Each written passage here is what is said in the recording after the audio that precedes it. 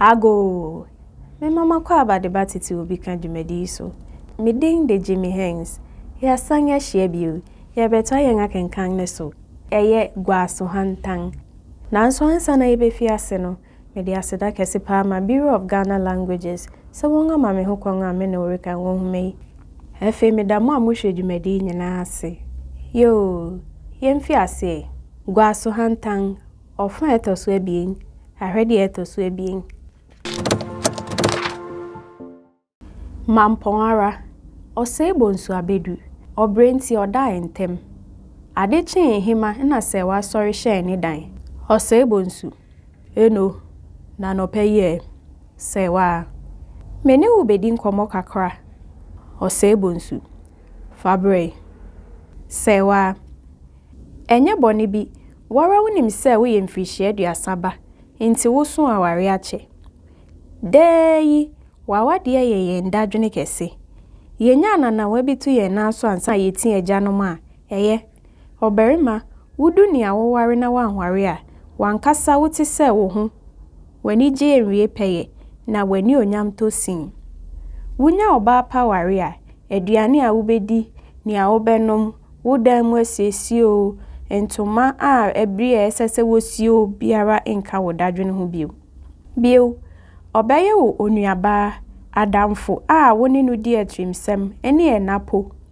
wotin kran yi wo yire a enka yeyi yaso enti me ne wakra ne wo wofa asusu ho ara yiye na yede yani afemu ara enya ababaawa a yegidi se wani beje ne ho amawo osebo nsu ufi asepe na me hu nse ne awode kwa akosi ano no se wa tobo aseneti ne hu yefe na Owusu pa onte sebe mabaawa abaso a ade achi se wo kurekura nkenta huru ochi a wonye adwuma biara no okosuku Monica oyodeyefo a obeye wo oboafo pa oye obi a woni no yie eye opanyi kofinti ba wo frɛ no afiagima no wususu ho sen osebo nsu medawo ne wofa ene agya asese mosusu ho se eye se meware na mapa oba a osomani amame nanso mempa afiagima sewa impentem ma hu muai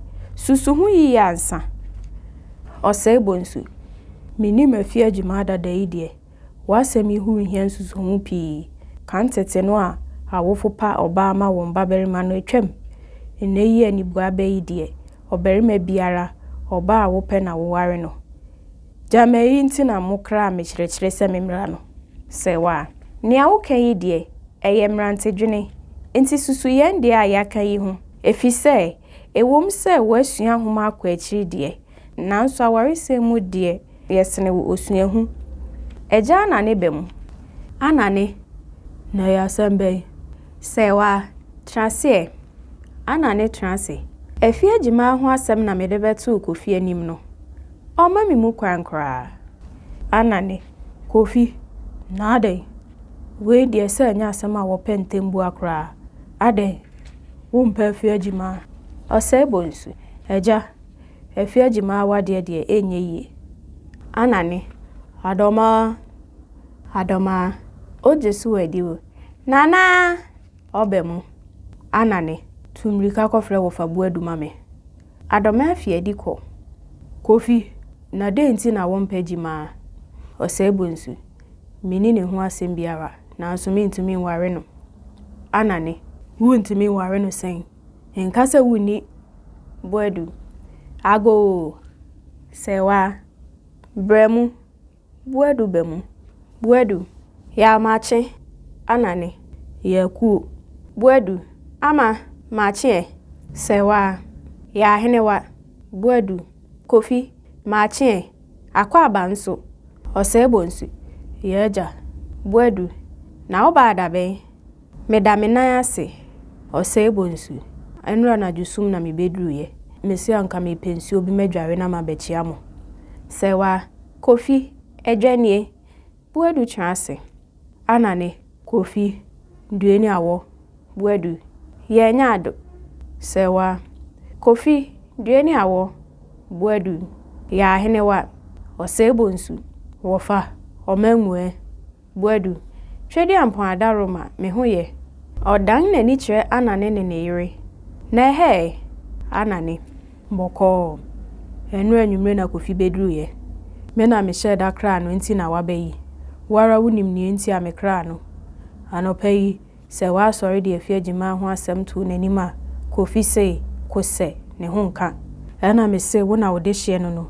Enti won frɛ wo na betie bia wo de abefa ye hayi na kakra e wo ha no no. Buedu osempa Kofi afia gima ya bofra pakra wi. Oye oba a wo ware na wunu hu ara da. Wo hu beto wo akwani asa nyina so. Osai bonsu wo fa. We de me mfa wanim fere nto ho. Enyeyi. Buedu aden osai bonsu me twen kakra ansa na maware. Anane nkase wunyini ye. Wedi mfreshi edu asayi wonya brantewa bio nkase wuni sika. Efise wunya ware ma oba mo transe yi. Wo pesika anom wada. Osai bonsu sika anya me dadwene kra. Efise medwuma mikita ene moda romanti. Me wo me so ne me dia me se me ware na. Menye mo ho sika bia. Sewa Kofi ye bia yi jama waware won krampo na ye de ye brei. Osai bonsu no kwasema ewo mu ne se me hunu okuapini ababa wabi ene na kasa no no na me pese me ware no me ba ye yi anke no ho asem na me de beto manim ene se mo ho koye hare de afia gima de to manim yi ababa wa me kan yi fie bri ode a kire sewa Kofi no okuapini ba de ubetumi aware no. Osai bonsu na okuapini ba de sabio den na wode ware no.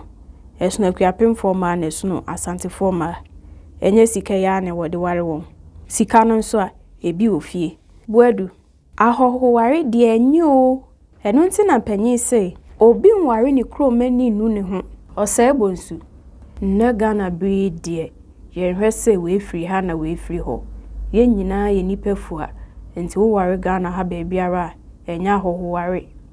Buedu me de osi ompa afia gima ye nhye no obema se ope oba po na da asen na me ne se ompe no enti Kofi se wahunu oba ope no na osi obeware na migina na chi ne ha me kakra wo mu ane se Kofi ebeto da na wani befi asante kra wa wonim won ara ne wo yire ne wo ma enso unua ba nom na awi wo wi nyina wo ma wo anane empanyi se oba se ose na so wabusua enti akonta ni awaka yi mate Kofi brebe na opese me koye oba ne ho ade me mawo.